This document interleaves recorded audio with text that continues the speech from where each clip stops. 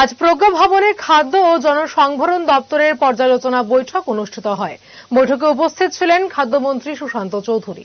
তিনি বলেন, লামডিং বদরপুরের মধ্যে একটি জায়গায় রেল লাইনে ত্রুটি থাকার কারণে সাময়িকভাবে রাজ্যে পেট্রোল ও ডিজেলের সংকট তৈরি হয়েছিল। ফের পণ্যবাহী ট্রেন চলাচল স্বাভাবিক হওয়ায় পেট্রোল ও ডিজেল রাজ্যে আসতে শুরু করেছে। দপ্তরের এই পর্যালোচনা বৈঠক প্রসঙ্গে তিনি বলেন, জনস্বার্থ সংশ্লিষ্ট বিভিন্ন বিষয় ছাড়াও পিডিএস ব্যবস্থায় কোথায় কি ঘাটতি রয়েছে, দপ্তরের কাজকর্ম যেন আরো সুন্দর ও মসৃণ হয় তার জন্য রোডম্যাপ তৈরি করা হয়েছে। বৈঠকে দপ্তরের সচিব রাভেল হেমেন্দ্র কুমার, দপ্তরের অধিকর্তা সুমিত লোধ সহ দপ্তরের বিভিন্ন স্তরের আধিকারিকরা উপস্থিত ছিলেন।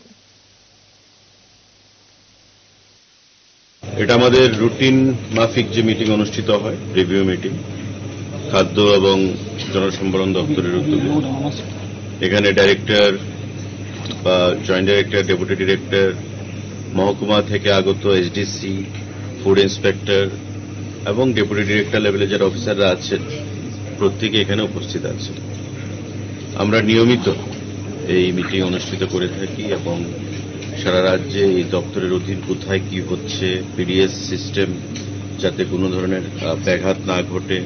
আপনারা দেখতে পেয়েছেন যে গত কয়েকদিন আমাদের পেট্রোল এবং ডিজেলের একটু সংকট ছিল, কারণ বদরপুর এবং লামডিং অঞ্চলে রেলের যে ডিরেলমেন্ট, রাস্তায় সেখানে কিছুটা অসুবিধা হয়েছিল, কিন্তু পেট্রোল ডিজেল আবার রাজ্যে আসতে শুরু করেছে এবং আজ রাত থেকে আমরা আশা করি আমাদের যে পেট্রোল ডিজেলের সংকট সেটা মিটে যাবে।